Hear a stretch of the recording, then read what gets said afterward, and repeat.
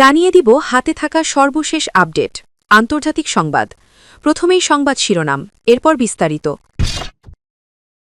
ইরানের বিরুদ্ধে যুদ্ধে যাবে না সাইপ্রাস। আরও জানিয়ে দিব তুরস্কে কি আবার ক্ষেপণাস্ত্র ছুড়ল ইরান। আরও জানিয়ে দিব লেবাননে ইসরায়েলি হামলা বন্ধে নিরাপত্তা পরিষদের বৈঠক আহ্বান ফ্রান্সের। আরও জানিয়ে দিব পাটাপতার মাঝে পিষ্ট হচ্ছে ইউরোপীয়রা, ইইউ প্রধান। সর্বশেষ জানিয়ে দিব যুক্তরাষ্ট্র ইসরায়েলকে সহযোগিতা করলেই সম্পদ হারাবেন ইরানিরা। এতক্ষণ শুনছিলেন সংবাদের শিরোনাম, এরপর বিস্তারিত। তার আগে আমাদের ভিডিওটা যদি ভালো লেগে থাকে তাহলে লাইক, কমেন্ট, শেয়ার করে দিবেন, আর আপনি জানিয়ে দেবেন আপনি কোথা থেকে দেখছেন বা শুনছে। ইরানের বিরুদ্ধে যুদ্ধে যাবে না সাইপ্রাস। ইরানে গণহত্যাকারী ইসরায়েল ও তাদের সহযোগী যুক্তরাষ্ট্রের আগ্রাসন 10ম দিনে গড়িয়েছে। সংঘাত ছড়িয়ে পড়েছে পুরো মধ্যপ্রাচ্যে। এর ডালপালা মেলেছে সুদূর ভূমধ্যসাগর পর্যন্ত। এই জলরাশিতে অবস্থিত দ্বীপরাষ্ট্র সাইপ্রাসেও একাধিক ড্রোন ও ক্ষেপণাস্ত্র আঘাত হেনেছে বলে বিভিন্ন সংবাদ মাধ্যমের খবরে জানা গেছে। এরপরও যুদ্ধে জড়ানোর ইচ্ছা নেই বলে জানিয়েছে দেশটি। এক প্রতিবেদন অনুযায়ী সাইপ্রাসের প্রেসিডেন্ট নিকোস ক্রিস্টোডোলিডেস বলেছেন, সাইপ্রাস ইরান সংঘাত সংশ্লিষ্ট কোনো সামরিক অভিযানে অংশ নেবে না, বরং দেশটি তার মানবিক ভূমিকার ওপর গুরুত্ব দেবে। এর আগে গত 28 ফেব্রুয়ারি দখলদার ইসরায়েল ও তাদের সহযোগী যুক্তরাষ্ট্র যৌথভাবে ইরানে হামলা চালায়। এরপর থেকে তেহরানও কঠোর ভাষায় জবাব দিয়ে যাচ্ছে। একাই লড়ছে বীরদর্পে। প্রতিশোধমূলক হামলা চালাচ্ছে সরাসরি ইসরায়েলে। পাশাপাশি উপসাগরীয় দেশগুলোতে মার্কিন সামরিক ঘাঁটিসহ দেশটির স্বার্থ সংশ্লিষ্ট প্রায় সব স্থাপনায় হামলা করছে ইরান। সূত্র আল জাজিরা। তুরস্কে কি আবার ক্ষেপণাস্ত্র ছুড়ল ইরান? তুরস্ককে লক্ষ্য করে আবার ব্যালিস্টিক ক্ষেপণাস্ত্র ছোড়ায় হয়েছে বলে অভিযোগ করেছে আঙ্কারা। এরই পরিপ্রেক্ষিতে কঠোর হুঁশিয়ারি দিয়েছে প্রেসিডেন্ট রিসেপ তাইয়েব এরদোগানের দেশ। এমনকি নিজ ভূখণ্ড রক্ষায় চূড়ান্ত পদক্ষেপেরও হুমকি দিয়েছে দেশটি।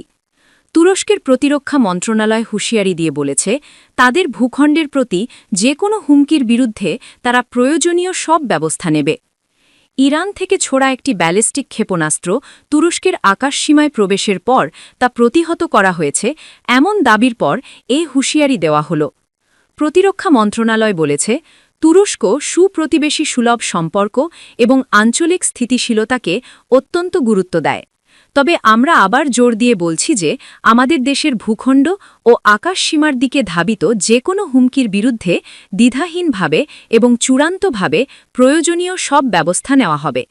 মন্ত্রণালয়ের পক্ষ থেকে আরও বলা হয়, আমরা পুনরায় মনে করিয়ে দিচ্ছি যে এ বিষয়ে তুরস্কের সতর্কতাগুলো মেনে চলা সবার জন্যই মঙ্গলজনক। এর আগে গত সপ্তাহেও তুরস্ক ইরানের বিরুদ্ধে তাদের ভূখণ্ডে ক্ষেপণাস্ত্র ছোড়ার অভিযোগ তুলেছিল, যা ইরানের সশস্ত্র বাহিনী অস্বীকার করেছে। সূত্র আল জাজিরা। লেবাননে ইসরায়েলি হামলা বন্ধে নিরাপত্তা পরিষদের বৈঠক আহ্বান ফ্রান্সের। ফ্রান্সের পররাষ্ট্রমন্ত্রী জিন নোয়েল বারোট জানিয়েছেন, লেবানন পরিস্থিতির ওপর একটি জরুরি বৈঠক ডাকার জন্য ফ্রান্স জাতিসংঘ নিরাপত্তা পরিষদকে অনুরোধ করেছে। স্থানীয় স্বাস্থ্য কর্তৃপক্ষের মতে গত এক সপ্তাহে ইসরায়েলের তীব্র বোমা হামলায় লেবাননে প্রায় 400 মানুষ নিহত হয়েছেন। বারোট বলেন, ফ্রান্স লেবাননে বর্তমানে কর্মরত মানবিক সংস্থাগুলোর জন্য জরুরি সহায়তা হিসাবে প্রায় $6.9 মিলিয়ন বরাদ্দ করেছে এবং আরও 20 টন মানবিক সহায়তা পাঠানোর প্রস্তুতি নিচ্ছে, যা আগামীকাল দেশটিতে পৌঁছানোর কথা রয়েছে। ফ্রান্সের এ শীর্ষ কূটনীতিক আরও বলেন, দেশটিকে বিশৃঙ্খলার হাত থেকে রক্ষা করতে, যুদ্ধবিরতি নিশ্চিত করতে এবং হিজবুল্লার নিরস্ত্রীকরণের অপরিহার্য প্রক্রিয়া চালিয়ে যেতে আমরা লেবানন ও ইসরায়েলি কর্তৃপক্ষের সঙ্গে আমাদের আলোচনা অব্যাহত রাখছি। সূত্র আল জাজিরা। পাটা পোতার মাঝে পিষ্ট হচ্ছে ইউরোপীয়রা, ইইউ প্রধান। ইরানে গণহত্যাকারী ইসরায়েল ও তাদের সহযোগী যুক্তরাষ্ট্রের আগ্রাসন 10ম দিনে গড়িয়েছে। এতে হাজারো মানুষের প্রাণহানি ঘটেছে। ইতোমধ্যে বিশ্ববাজারে দেখা দিয়েছে জ্বালানি সংকট। আর এর সবচেয়ে বড় ভুক্তভোগী ইউরোপের ইইউ এর দেশগুলো। আজ সোমবার ৯ মার্চ এ মন্তব্য করেছেন ইউরোপীয় ইউনিয়নের president Ursula von der Leyen. ইউরোপীয় ইউনিয়নের প্রধান বলেছেন, মধ্যপ্রাচ্যের যুদ্ধের প্রভাব ইতোমধ্যে ইউরোপে অনুভূত হচ্ছে, যার কারণে জ্বালানির দাম বাড়ছে এবং পশ্চিমা সামরিক জোট ন্যাটোর মিত্ররা লক্ষ্যবস্তু হচ্ছে। মধ্যপ্রাচ্যের নেতাদের সঙ্গে এক মধ্যাহ্ন আলোচনার আগে ইইউ রাষ্ট্রদূতদের উদ্দেশ্যে ইউরোপীয় কমিশনের প্রেসিডেন্ট বলেন, আমরা এখন অনাকাঙ্ক্ষিত পরিণতিসহ একটি আঞ্চলিক সংঘাত দেখছি এবং এর প্রভাব ইতোমধ্যে বাস্তবে রূপ নিয়েছে।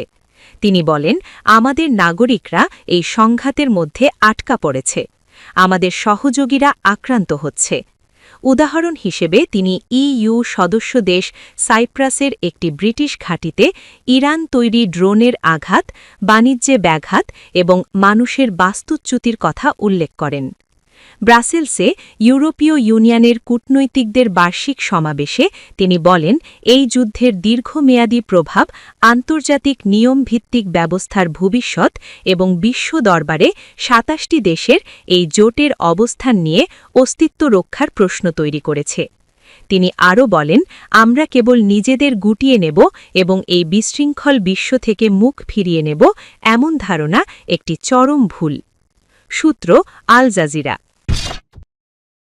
নাগরিকদের জন্য নতুন নির্দেশনা জারি করেছে ইরান। বিশেষ করে দেশটির যেসব নাগরিক বিদেশে অবস্থান করছেন তাদের ব্যাপারে কড়া হুঁশিয়ারি দিয়েছে দেশটির বিচার বিভাগ। যুক্তরাষ্ট্র ও ইসরায়েলকে সহযোগিতা করলে ইরানি নাগরিকদের দোষী সাব্যস্ত করা হবে।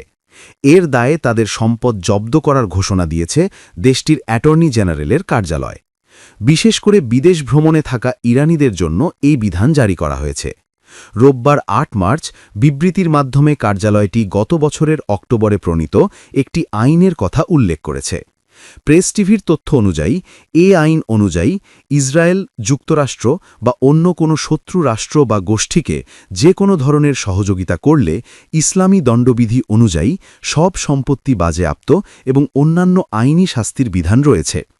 আইনটিতে আরও উল্লেখ করা হয়েছে, জায়োনিস্ট বা ইসরায়েলি শাসন বা যুক্তরাষ্ট্র সরকার সহ অন্য কোনো শত্রু সরকার, গোষ্ঠী বা তাদের সঙ্গে যুক্ত কোনো উপাদানের পক্ষে দেশের নিরাপত্তার বিরুদ্ধে কোনো সরাসরি পদক্ষেপ নিলে ২০১৩ সালের ২১ এপ্রিল অনুমোদিত ইসলামী দণ্ডবিধির সংশ্লিষ্ট ধারা অনুযায়ী সম্পদ বাজেয়াপ্ত এবং অন্যান্য আইনি শাস্তির বিধান কার্যকর হতে পারে।